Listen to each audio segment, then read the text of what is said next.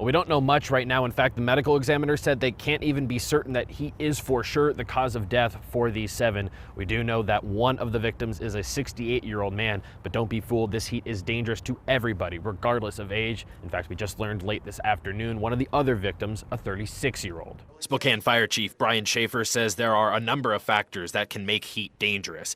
Age is one, but so is having other medical conditions, or taking certain medications, or engaging in strenuous activity, or of course, not having AC. A lack of ventilation as a whole in many of our older buildings and many of our buildings where people reside that may not simply have the financial means to have access to window units. They're relying on fans. Schaefer says right now it's still too early to tell for sure if the heat is disproportionately causing emergencies with poorer people, but it's something he intends to track closely. We owe the people that are most vulnerable, that are at risk, we owe them to look into the data and try to do everything we can to leverage the resources that are in the community to prevent it from occurring again. And there will be plenty of data to look into. Schaefer says the volume of calls has doubled in the last few days. Firefighters are even having to resuscitate dozens of people suffering from the heat. We often find these people unconscious. They may be in respiratory distress or arrest, or they may be in cardiac arrest. And that's happened a lot. We have been very busy with people past that heat exhaustion stage.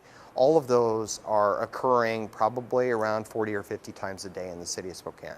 Everything that we're seeing out there from a medical perspective at some point has a connection, the majority of them, with the level of heat that we've had in the last couple days. So far, 7 people are believed to have died from this heat. It's a very rare occurrence for Spokane, though it's mild compared to Portland. Multnomah County has reported 51 heat deaths so far. It's certainly disappointing, but honestly, with a population as large as ours, well over 500,000 in Spokane County, that number is not necessarily a surprise. We knew that this heat wave was going to have profound impacts.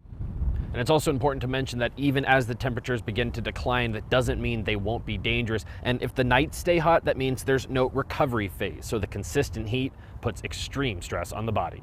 Reporting in Spokane tonight, Casey Decker, KREM 2 News.